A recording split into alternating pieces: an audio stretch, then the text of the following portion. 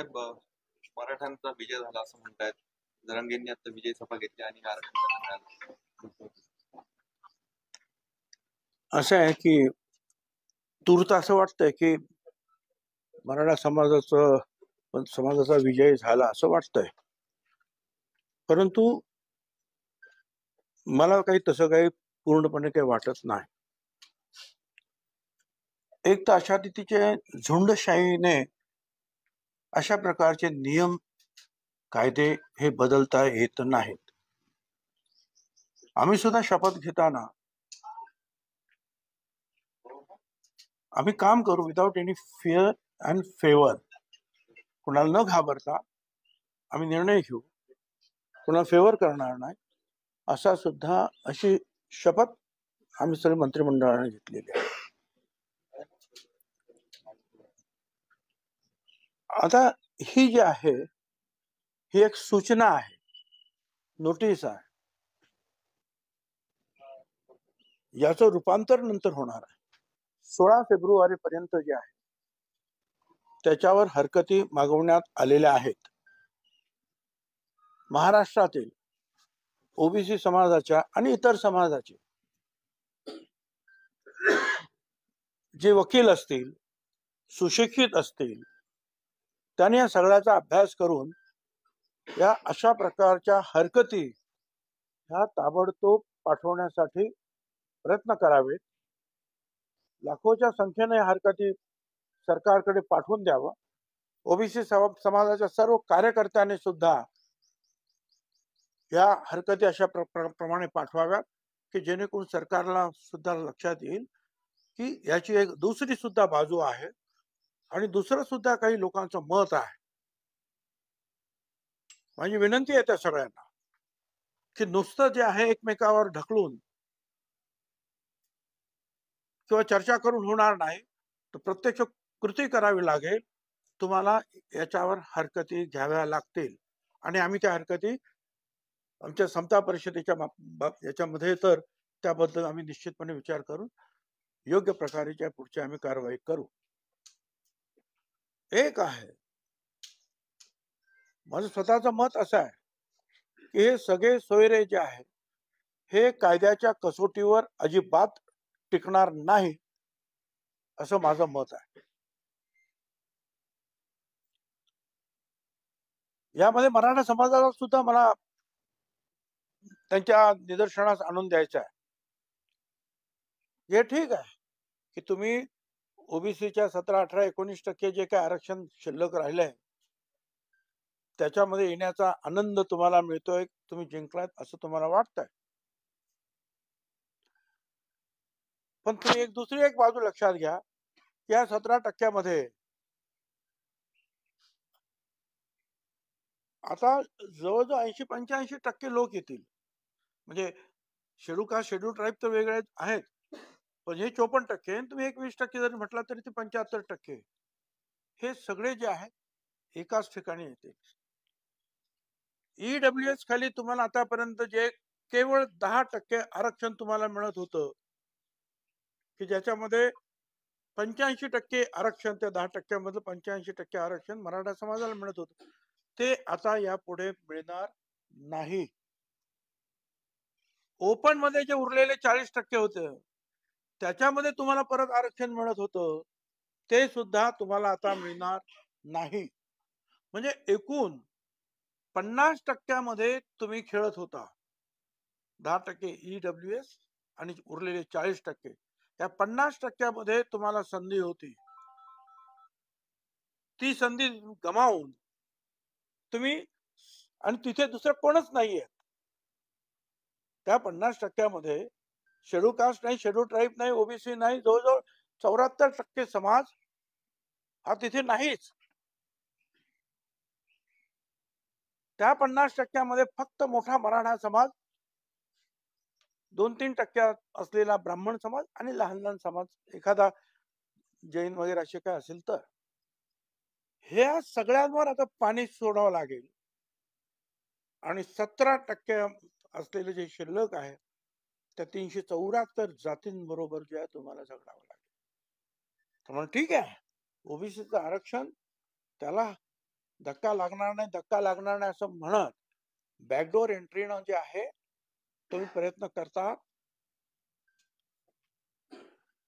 येतात, पण त्याच्यामुळे तुम्ही 50% जे तुमची संधी होती ती तुम्ही गमावून बसता, हे सुद्धा तुम्हाला विसरता येणार नाही. अनेक गोष्टी त्याच्यामध्ये आहेत. जात ही जन्माने येते, ते एखाद्याच्या शपथपत्राने येते का, किंवा एखाद्याच्या अफिडेव्हिटने येते जात बदलता येते? जात मुळात जन्मानं माणसाला मिळत असते. म्हणून असेल तर कोणी म्हणत असेल की आम्ही 100 रुपयाचं पत्र देऊ किंवा असंच पत्र देऊ आणि आमची जात झाली, अजिबात हे होणार नाही. हे कायद्याच्या विरुद्ध होईल. आणि पुढे हे सगळेच जर असे नियम सगळ्यांनाच लावायचे असं जर म्हटलं, दलित आदिवासी यांना सुद्धा मग काय होईल?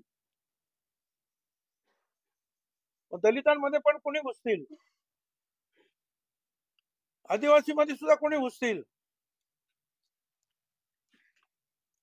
कारण तूर्त जो मी घाईघाईने जे वाचलं त्याच्यामध्ये जे आहे त्याच्यामध्ये हे schedule caste, schedule tribe, OBC ह्या सगळ्यांना ते लागू आहे.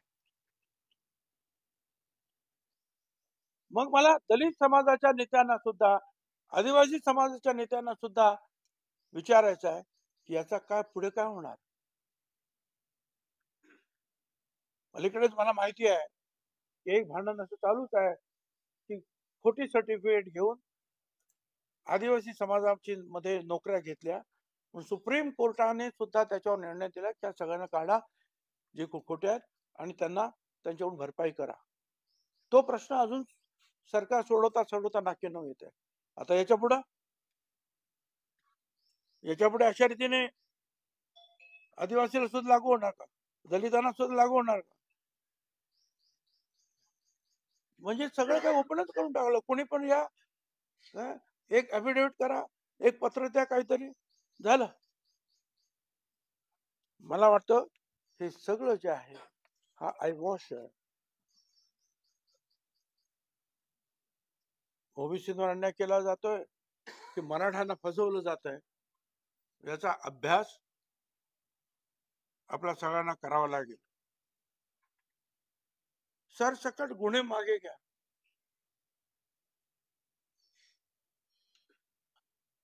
ज्यांची घरं दारं जाळली त्यांच्यावरचे गुन्हे मागे घ्या. ज्या पोलिसांवर हल्ले केले, जखमी केले, त्यांचे गुन्हे असेच मागे घ्या.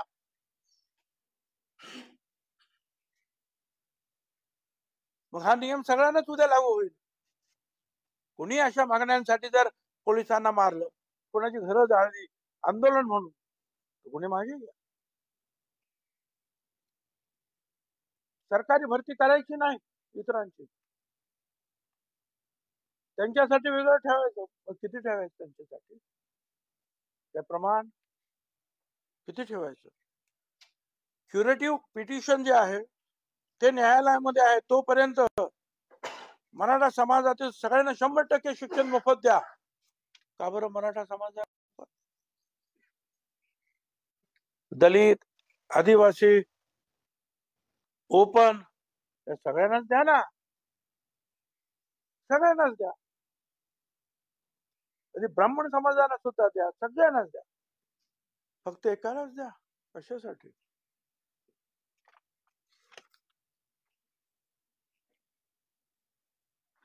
या संदर्भामध्ये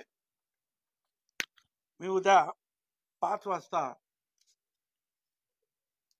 B6 सिद्धगड हे जे माझं सरकारी निवासस्थान आहे त्या ठिकाणी या संदर्भातील ओबीसी असतील, दलित, आदिवासींना सुद्धा त्यांचे सुद्धा नेते येऊ शकतात. पण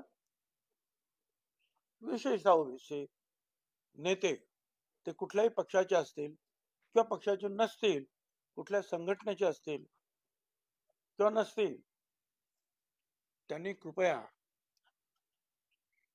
पक्षाचा तो इतर संघटनेचा अभिनिवेश सोडून या कामासाठी कृपया उद्या 5 वाजता B6 सिद्धगड बंगला जो आहे त्याच्यावर यावं, आपण चर्चा करूया. याच्यामध्ये कुठल्याही पक्षाला कमी लेखण्याचा, जास्त लेखण्याचा असा प्रयत्न नाही. केवळ ओबीसी आणि ओबीसी या विषयावर आणि ह्या सगळे जे काही चाललेलं आहे याच्यावर पुढची काय कारवाई आपण करायची, काय स्टेप्स घ्यायचे आहे, काय वकिलांशी आम्ही अजूनही चर्चा करणार आहोत. आणि त्या संदर्भामध्ये मग आम्ही जो आहे उद्या एकत्रित बसून पुढचा निर्णय घेऊ. त्या संदर्भात कोर्टात लढाई लढण्याची काही आपली तयारी आहे? कोर्टात ज्या वेळेला हरकती वगैरे आपण देऊ त्याच्यानंतर सुद्धा अशा प्रकारचा जर हे नोटिफिकेशन जर झालं, ही ड्राफ्ट आहे, अध्यादेश तर नाहीच, हा नोटिफिकेशनचा एक मसुदा आहे. अध्यादेश या कसला अध्यादेश? हा अध्यादेश नाही, हा नोटिफिकेशनचा एक मसुदा आहे. तो मसुदा 16 तारखेपर्यंत आपण सगळ्यांनी, बरोबर आहे की चूक आहे, जे काय म्हणायचं तुम्हाला चुकीचं असेल, ऑब्जेक्शन्स विशेषतः त्याच्यावर घेता येणार. त्याच्यानंतर मग शासन ठरवतं. ते जर ठरलं त्याच्यानंतर मग कोर्टात जाता येईल. तोपर्यंत आमचा अभ्यास सुरू आहे. पण ज्या पद्धतीचं हे सगळं आंदोलन उभं राहील, तुम्ही जसं म्हणतात की शपथविधीच्या वेळेला आपण अशा पद्धतीची शपथ घेत असतो की कोणालाही फेवर केलं जाणार नाही, काही नाही. मग आपली याच्याबद्दल नाराजी आहे का की मुख्यमंत्र्यांनी किंवा सरकारने ज्या पद्धतीनं घाईघाई आमची नाराजगी जी आहे, मी आत्ताच काय मी माझ्या रॅलीज मध्ये सुद्धा मी बोलून दाखवतो. अशा रीतीने कुणाचे ठीक आहे, उद्या आणखीन कोणतरी असे लाखो लोक घेऊन येतील, मग आपण कायदे बदलणार का? उद्या लाखो लोक घेऊन येतील, सांग आम्हाला दलितांमध्येच घ्या, आम्हाला आदिवासीमध्येच घ्या, आपण करणार का? हे सगळं जे झालेलं आहे, मराठा समाजातील सुद्धा जे विचारवंत आहेत, जे नेते आहेत, त्यांनी या सगळ्या गोष्टीचा विचार करावा की आपण आरक्षणाच्या बाबतीमध्ये एका समुद्रात पोहत होतो. हे मराठे सगळे, मराठा समाज म्हणजे 50% मध्ये, तो आता एका विहिरीमध्ये त्या 17% बरोबर पोहण्यासाठी येतोय. धन्यवाद.